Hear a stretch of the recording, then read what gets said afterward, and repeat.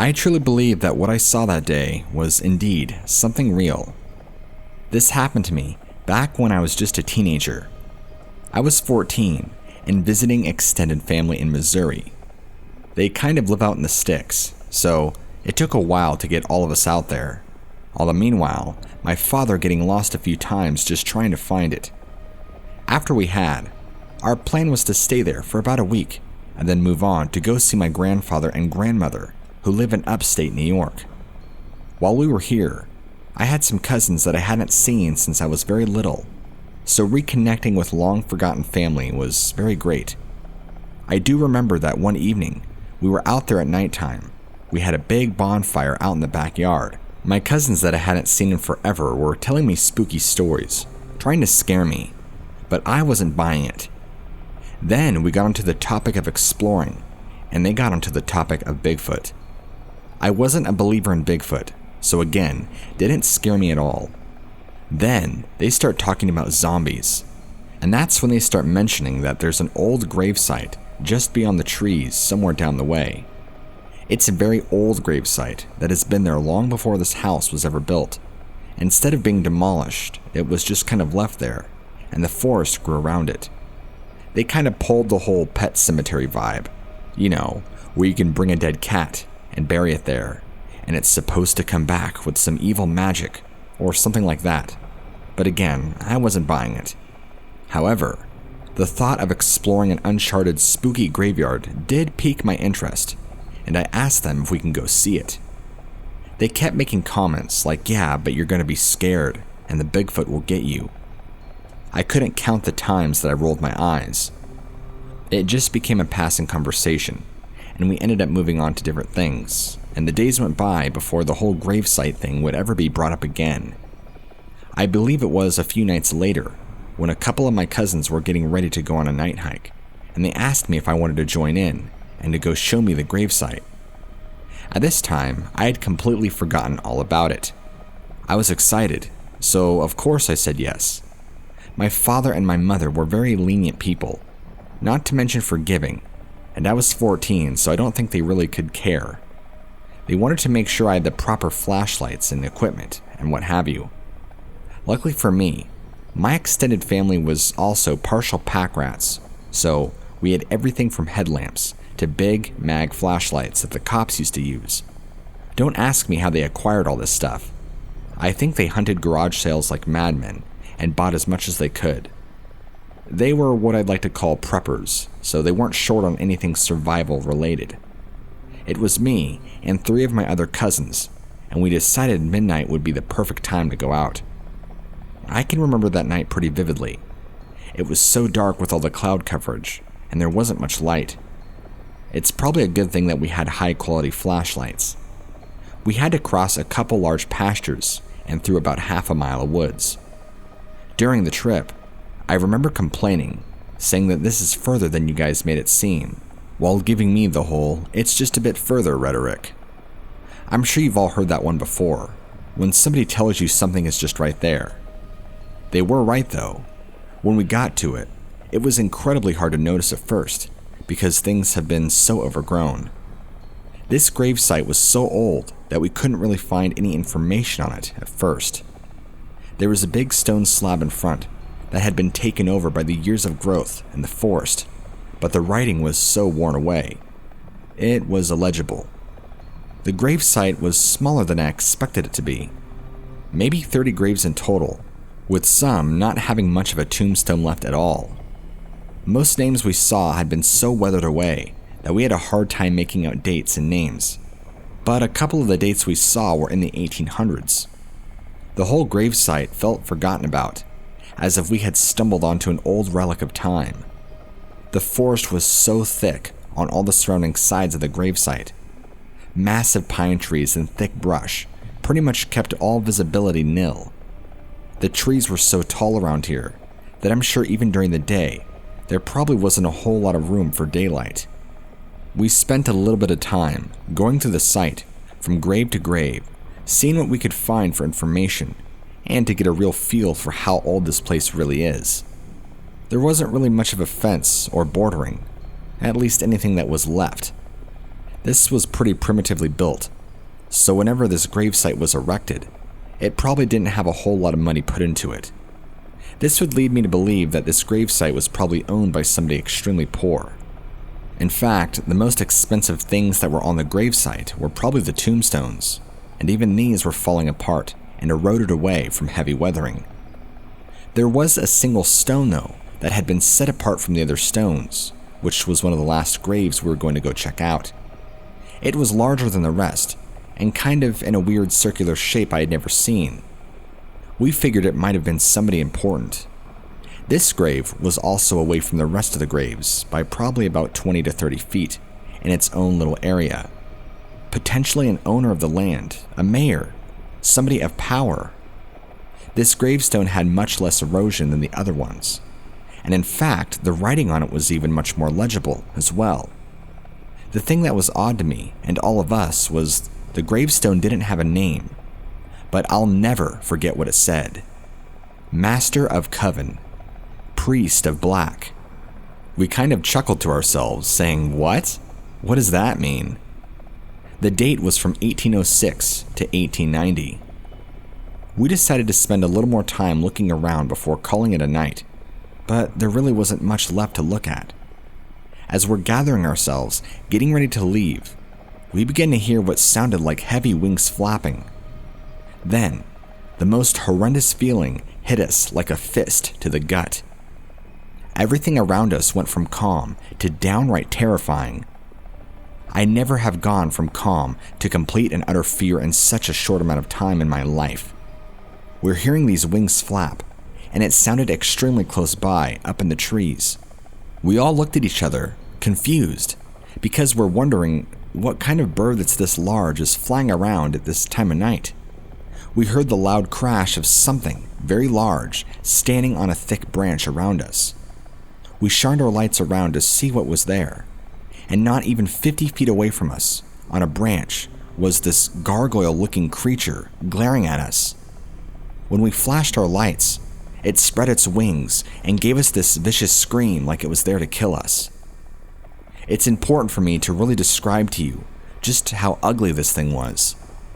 This thing was massive and had to have been easily the size of a lion, if not bigger. I mean, it was huge, and sitting up on this top thick branch, probably 16 or more inches in diameter if I had to guess. I mean, any thinner of a branch, and there's no way that a branch would have held the weight of whatever this was. It looked just like a gargoyle, but much more evil. It was very smoky charcoal gray in skin color, and we all can recall the faint smell of a sulfur-like smell. It had piercing red eyes and millions of jagged, pointed teeth. It must have been watching us. I don't know where it came from or how it got there, but it was one of the most awful experiences I've had. It spreading its wings at us like it did and screaming at us gave me nightmares for years afterward. It was total evil. We all screamed louder than we ever have and took off running back to the house faster than any of us have ever ran before. Making it back to the house in record time, my cousins were checking behind us constantly to see if we had been followed by that thing. After making it into the house, we weren't quiet about at all what happened. We're screaming and sobbing, waking up just about every other adult in the process. My parents and family freaked the heck out. Here are a bunch of teenagers, 14 and 19, crying like babies and shaking over what we all just saw. There were 4 of us to attest to all seeing the same thing. Surprisingly, our parents and family actually kind of believed us, and I will say, thank the Lord for all 4 of us seeing it versus just one. I do believe it added so much more validity and credibility to our story. Our parents just hugged us and comforted us. We eventually calmed down, but we all slept in the living room that night, after being awake for hours and hours. I mean, you don't easily go to sleep after something horrendous like that. The next morning came and went, and we never really talked about it again. It was never brought back up on that trip, and things sort of returned to normal for the remainder of short time we were there. There was no more mentioning hikes out in the woods or anything like that. We just didn't talk about it. My one cousin, though, was really quiet after it, and he didn't speak much or show much emotion the following days. I think we all process trauma and fear differently. I respected it. It wasn't until later on in the years to come that we would talk about the event again in passing and learn more details here and there. Later on, I learned that a coven is actually kind of a secret group of witches that conduct witchcraft. They're generally ruled by a high priestess and a high priest, or sometimes one or the other. Sometimes same-sex couples as well. Whoever this person remained nameless, but they were clearly the leader of a witch's coven. I think we stumbled upon a coven gravesite that was potentially family-ran. I'm not too sure, since I tried to research a sentence and haven't been able to find anything on it. Whatever demonic being we saw that night is what I believe to be the guardian of that gravesite. You think with that kind of graveyard, it would possess some sort of off-putting demonic energy or bad feelings, but it didn't.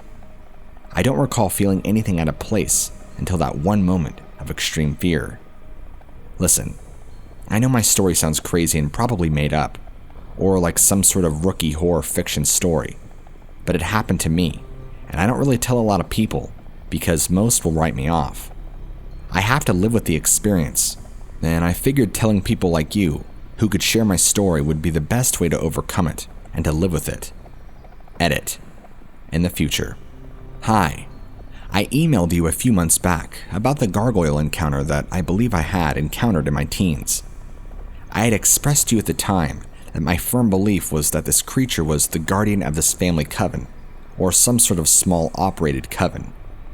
Well, since I emailed you that story, I reached out to my extended family that still lives over on that property, and I was able to get a little more information on it.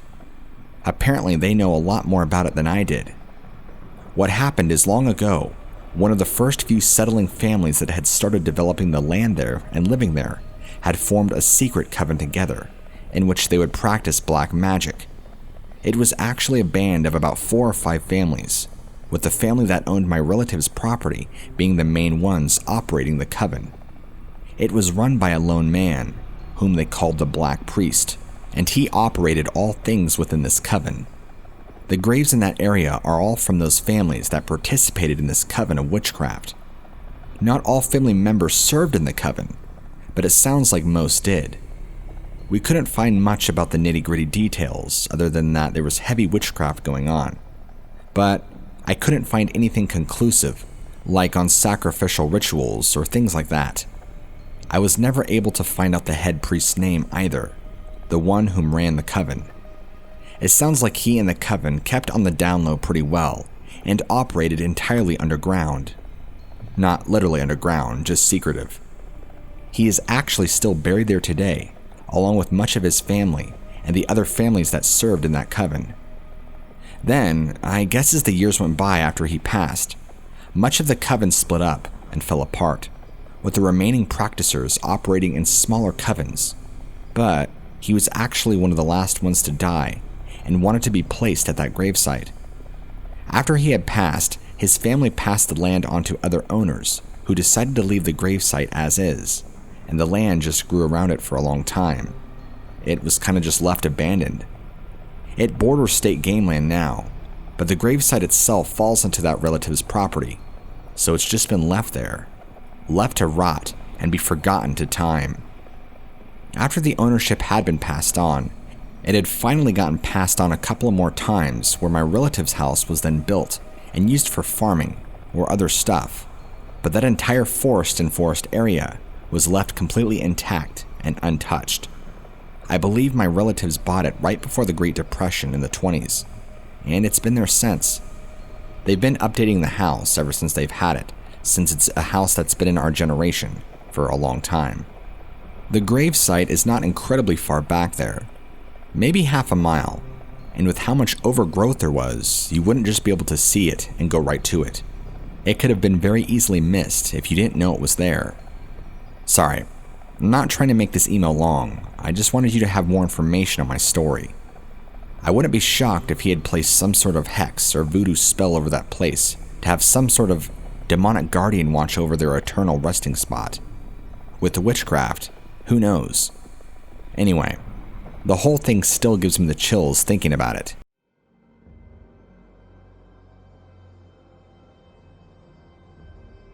I was out camping with some friends just a couple of months ago, and I had an extremely bizarre and somewhat terrifying encounter that I cannot explain. We decided to go and camp near Bullfrog Marina, Lake Powell, Utah, and since the primitive campground was closed due to COVID, we decided to find a camp spot on a nearby road.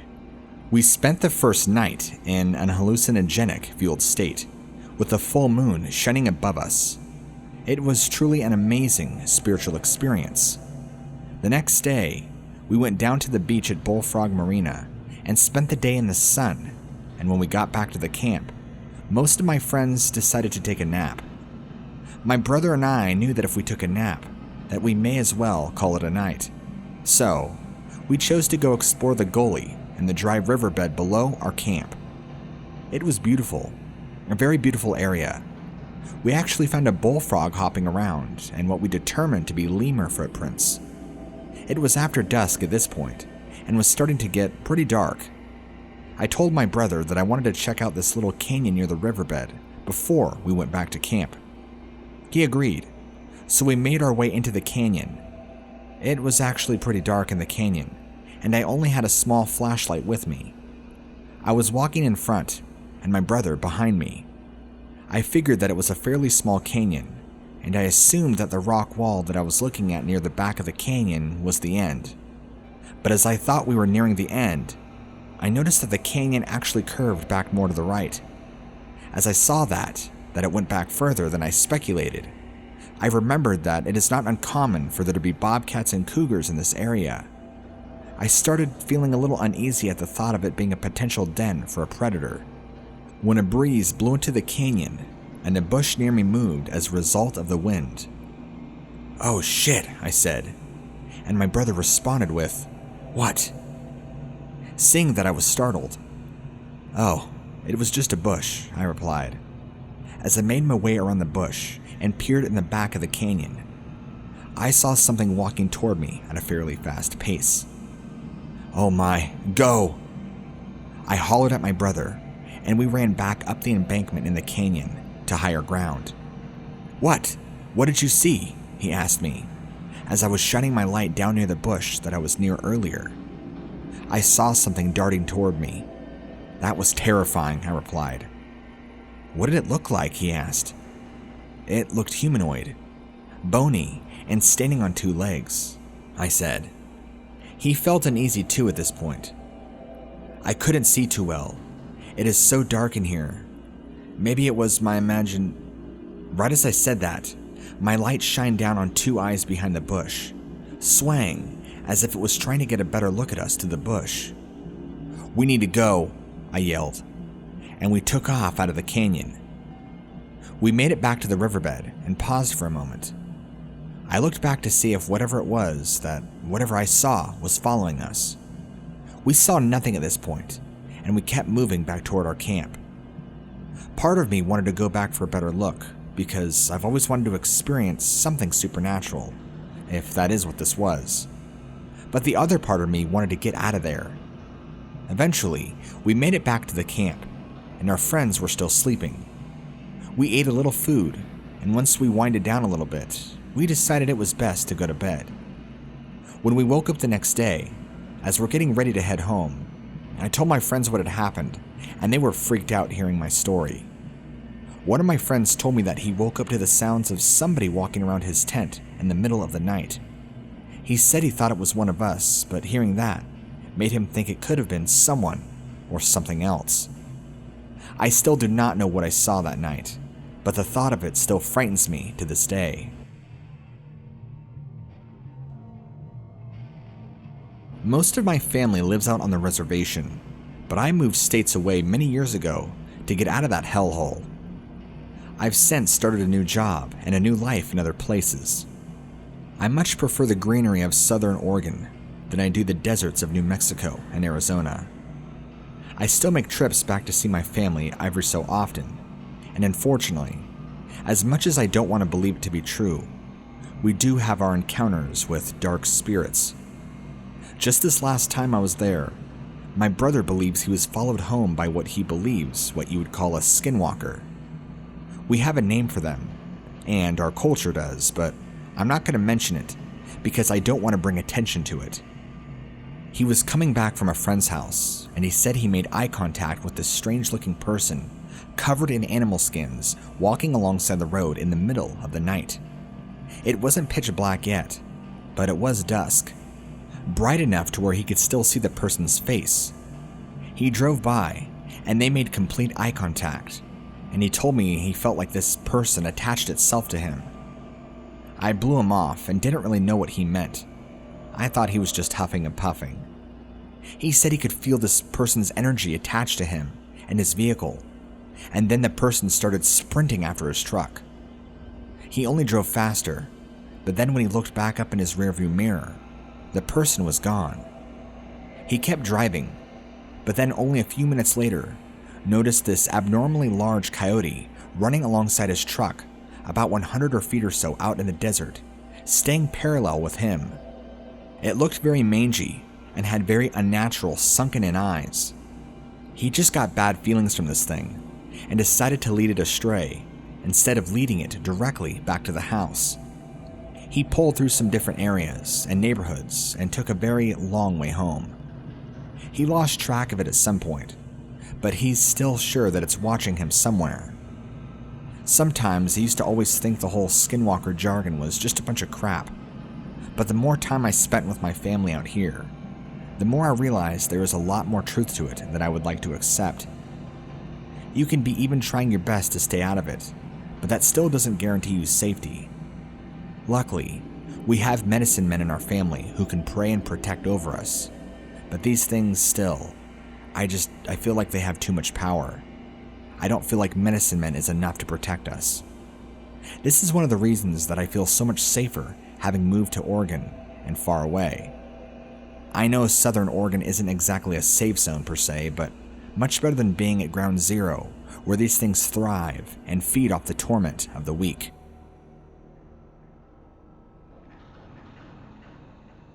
I know for a fact that skinwalkers are real, or if they are not skinwalkers, they are something. A month ago, in June, I was driving through the reservation with a friend of mine when we stopped to pull over to go pee outside. I decided to have a quick cigarette real quick, while my friend had to drain the pipes. We felt a weird energy as soon as we got out of the car. There were no other cars around in the visible vicinity. Out here, you can see other cars coming for a long ways away, just because of how flat it is. We did, however, have a wonderful view of the mesas and the red desert that spanned forever. We're not from around the Navajo reservation, but we've had many friends from the area, so we're familiar with the terrain. As I was saying, the energy, it felt very off. My friend's pissing in the one sagebush, and I'm puffing away on my cigarette, when off in the desert, we see this tall, skinny black figure with what looks to be a skull-type head stand up from behind a large bush and begin walking towards us slowly. I start saying to my friend, "Do you see what I'm seeing?" And I kid you not, midstream, he starts freaking out and pointing, saying, "What is that thing? Why is it coming towards us? We need to get out of here." The best I can describe to you is the body reminded me something like Slender Man or something. Very tall, very lanky, but obviously not 13 feet tall or anything creepypasta or unrealistic looking. Probably more 7 to 8 feet tall, if I had to guess. Not too much taller than I. It reminded me whatever it was in was long tattered black robes or something. They were very dirty. Again, it was very slender. The head looked to be that of a goat skull or something weird. It was a skull though, I can tell you that. And from the distance it was away from us, it was as clear as day that it was a skull that had some sort of horns on it, like possibly a goat skull, and it was walking on 2 legs toward us, very slowly, never breaking stride or eye contact. Although, even the way it moved seemed incredibly weird. It didn't bob up and down like a person normally does when they take a stride. It kind of glided, even though there were points where there should have been visible legs. It was just a long, black tattered rope from what I can tell, and it stayed unmoving. But again, it was very slow and steadily moving towards us. Who knows why or what it was? Since my friend and I are familiar with the area, we've had friends who are native to these parts and have their own stories to tell. Stories that I've always written off, but I've had some stories from friends that were terrifying in a way. Part of the reason I've always wanted to avoid coming to the reservation, even though in my own mind I wanted to deny it as much as I possibly could. I guess the question I should be asking is, were we targeted for a reason? Could it have just been a mere coincidence that we were at the wrong place at the wrong time? My friend and I jumped back into the car and got out of there. I don't recall ever being so afraid in my life, and I'm not one to buy into the whole creepypasta BS. I would like to think that it was somebody in a costume trying to spook us, but who would be out there in the middle of a desert on a 110-degree day in full costume? It doesn't make any sense. We were only out there for maybe 2 minutes, if even that, before we saw this thing. We were laughing and joking, making noise, but I didn't think we were that loud. But I'm guessing that maybe this thing had heard us.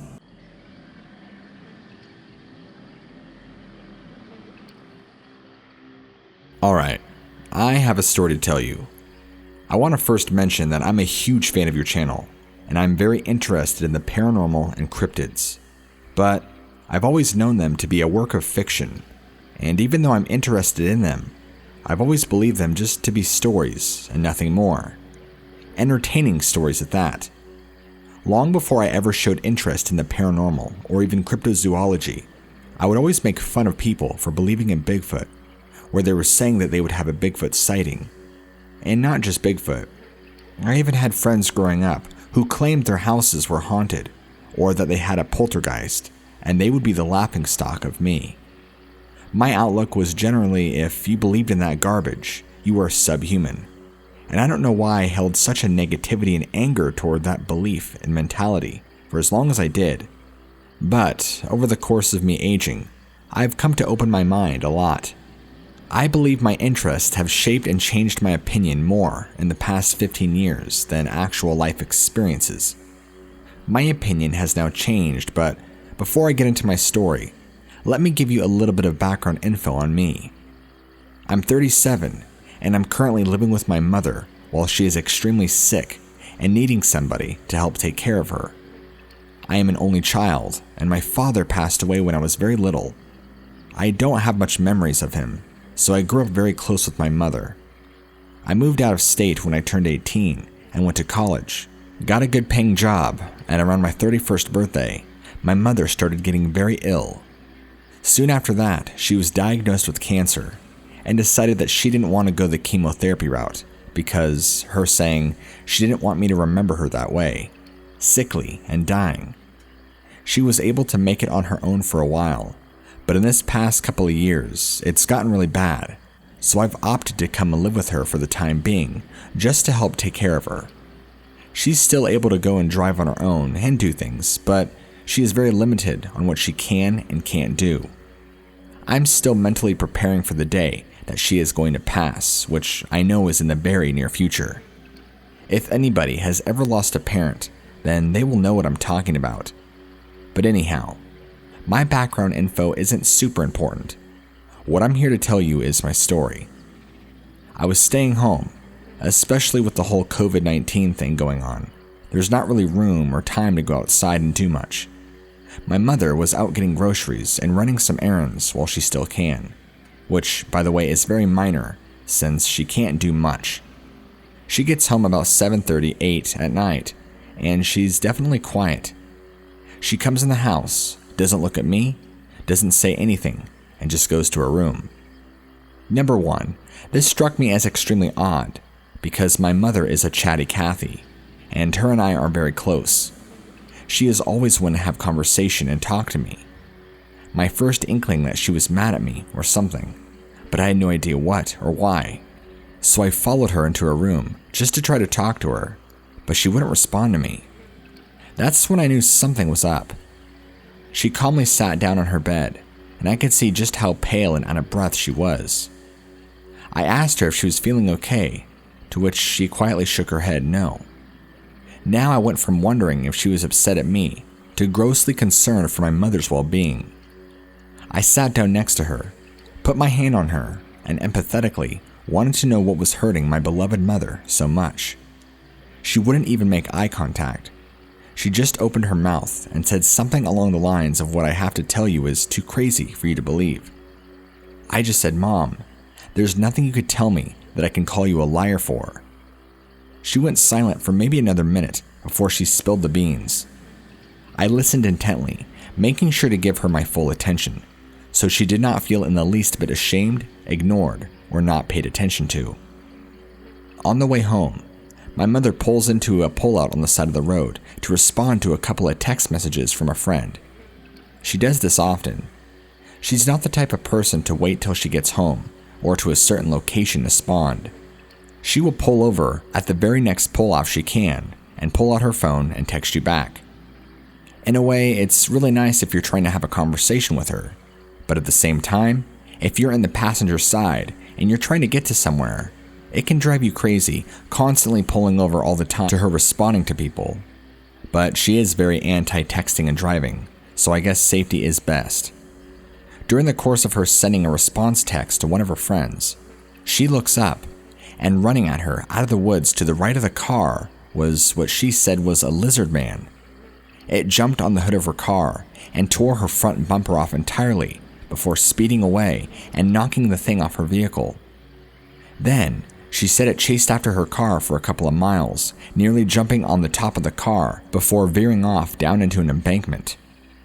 As she's telling me the story, she is visibly physically shaking, and her voice is tensing up.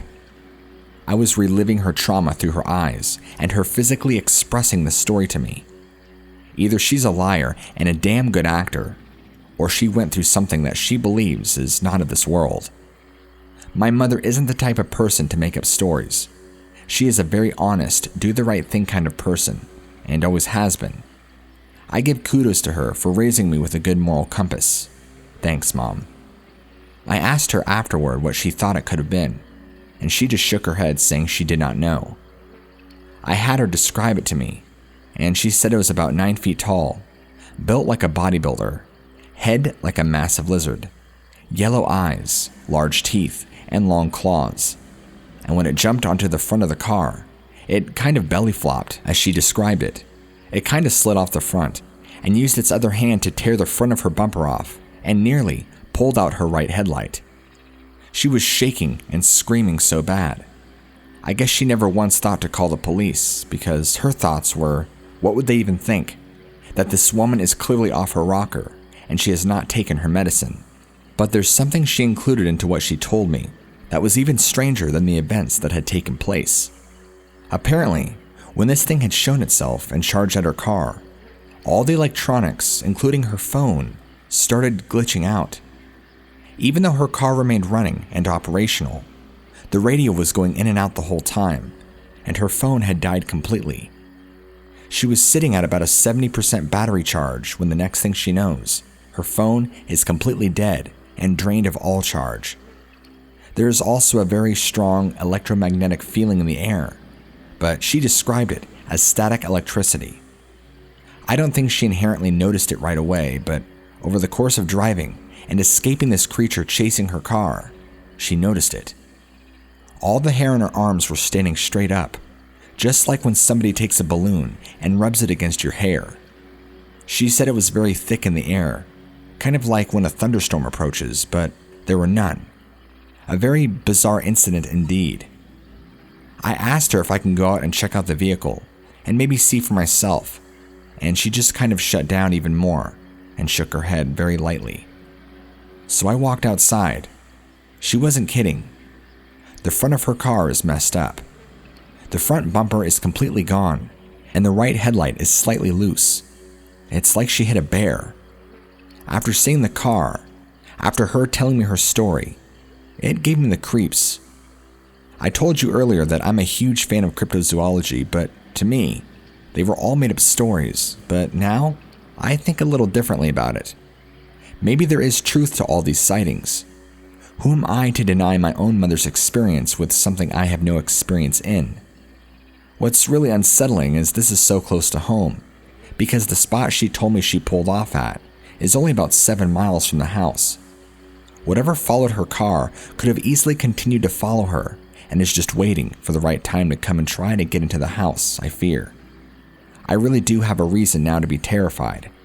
I guess I was kind of surprised at first it wasn't a Bigfoot, because I've never really heard of a lizard man before, but where we live it's very marshy, with swamps and thick woods around us. There are tons of deer, so I guess you think about the possibility of something like this living and existing out here. It seems it's very probable. There is plenty of places to conceal yourself, and more than enough food to survive. Maybe it's time to start moving back to a much more populated area. But then again, there are many sightings that have occurred in suburban neighborhoods and dense cities, like the Mothman, for example. I don't think we're really safe anywhere anymore.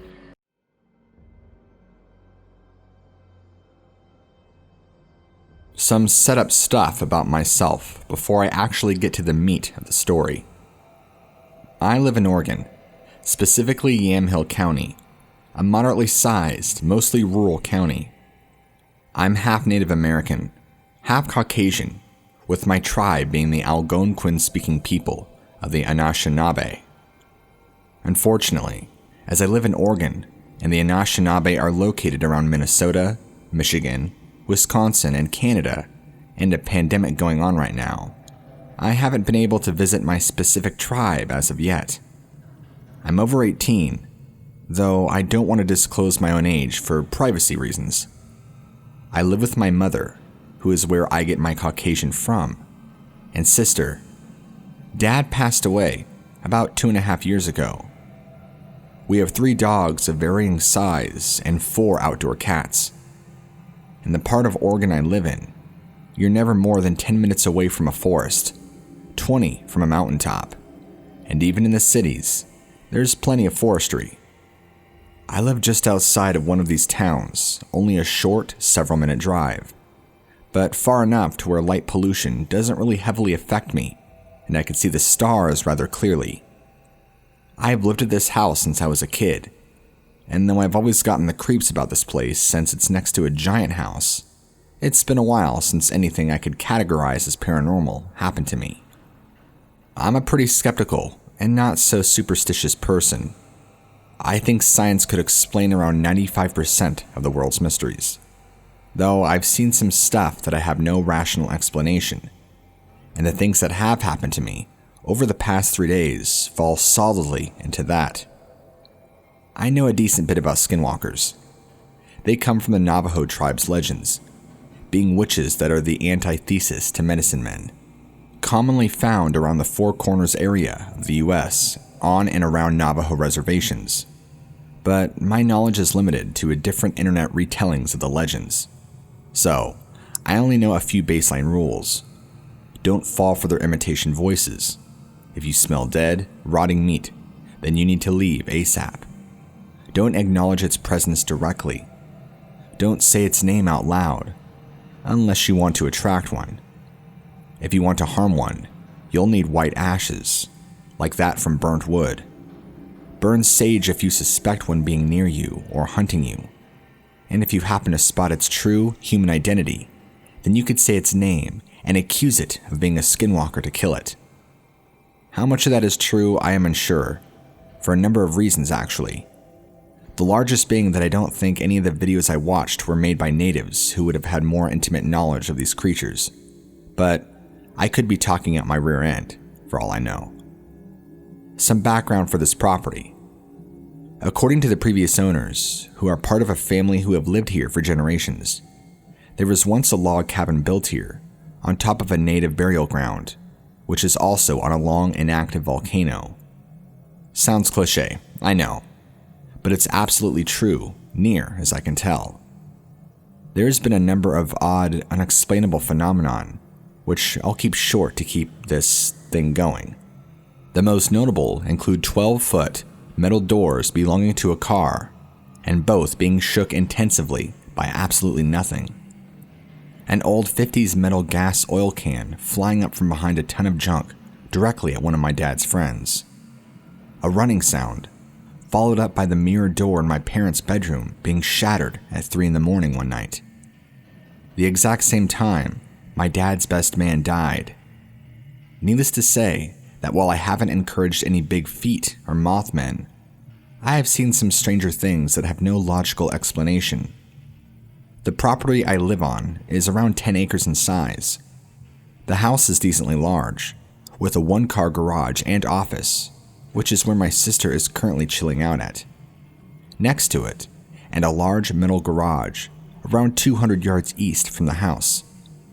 The smaller garage and the house has motion lights all around the perimeters for proper illumination, just in case anything or anyone gets near the house. But the larger garage only had one bulb inside of it, and the main door, and this went out last week. And now at night, the entire area of the property is pitch black. The house has 3 doors, 2 on a porch, and 2 to the front yard and driveway, 1 to the laundry room and into the backyard. One of the eastmost side is the living room, with 9 windows and one of the doors, a kitchen area with a view onto the porch, another living room type area, and then a hallway to the bathrooms and bedrooms. The office in the smaller garage has 2 entrances, one heading directly into the backyard that's sliding glass, and 2 partially iron, partially glass doors that head into the garage itself. The metal garage was built over the aforementioned cabin and has an attic that spans over the entire length of it. It has a car lift, a paint booth that can fit a limousine, a bathroom, and a scaffolding with a heater, which is where the gas can flow from. Around 15 feet behind the shop is a large forest that I have never stepped foot into, due to there being a crazy old man living in it. While I haven't stepped into it, my sister and her friends have headed in it a few times, each returning with odd objects, though they haven't gone into the forest for several years. I remember them bringing out stuff like Baphomet statues, animal bones, and weird rocks. Aside from these, the only things we see out here animal-wise are does, baby deer, and things like that, just passing on through your yard to get into the forest. Now, for the current events. Around 4 a.m. on Saturday night, I was preparing to go to bed out in my family living room. My room is painted black, and being the summer here, it gets ridiculously hot at day, and I don't have a good AC at the moment, so I'm sleeping out in the living room currently. As I was about to sleep, I heard the cats fighting. Something not too odd. They're mostly males and get pretty riled up. But then I heard something else.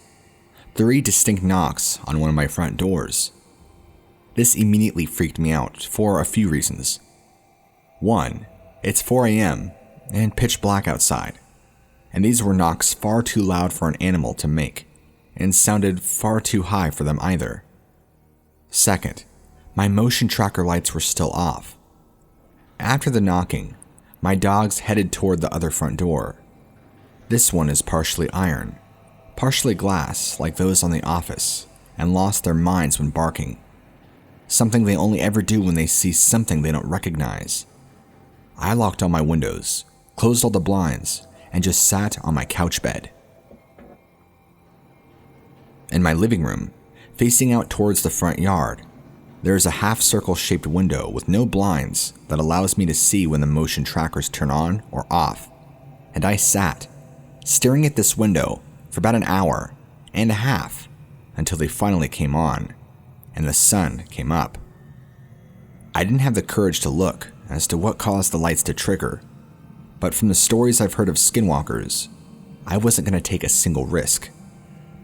The next morning, I asked my mom if she had heard a knocking on the door, to get a disturbing answer from her and my sister.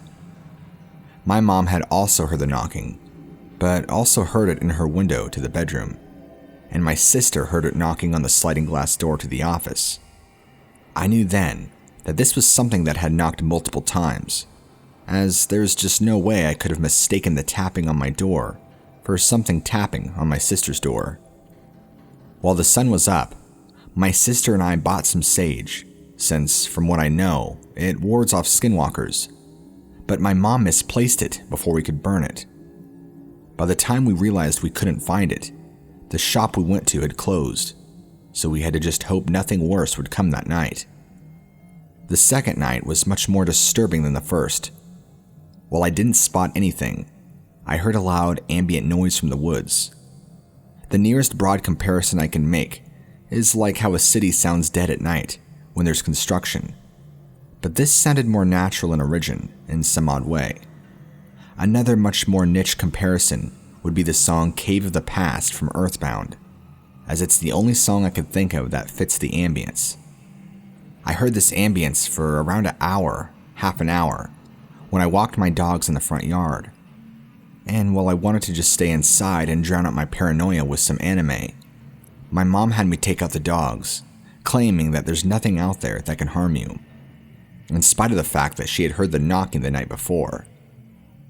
As I was walking with the last dog, I heard something from the forest to the east, chanting.